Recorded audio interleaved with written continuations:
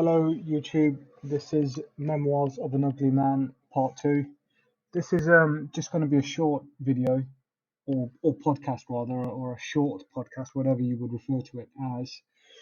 But I just wanted to touch upon how difficult it is for members of the ugly community like myself and others when it comes time to create a family or to find a wife or a partnership, and to hopefully create a family from that.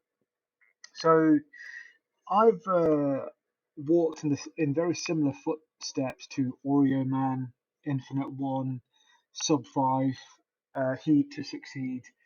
These guys that I've been watching on YouTube, I've followed in their footsteps, or rather, I think I went through them first because I think I'm a bit older than all of them. Um, and it's been just a complete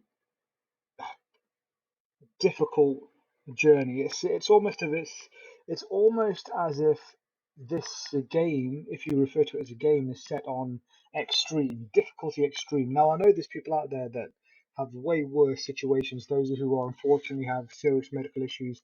I totally get that.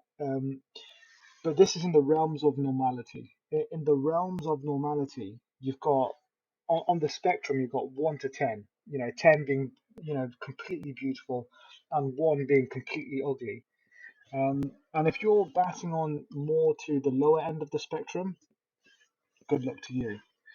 Um, so one thing that I've experienced going through different websites, different approaches, different apps, you just you just don't get anywhere. You just don't get anywhere. You can reach out to, literally in my case, thousands of women, and the vast majority, you're talking 95% plus, won't even reply. So if you are in a situation where you're trying to reach out to people and they won't even reply, you can be as creative as you want. And maybe that'll have a little bit of an impact, or a little bit of a difference rather. Not much. They look at your face and that's the end. That's the end for you. So going through these struggles for the last 20 years, and it has been 20 years of going through the struggle. One thing that I didn't take into consideration back then when I was first going through this journey is time.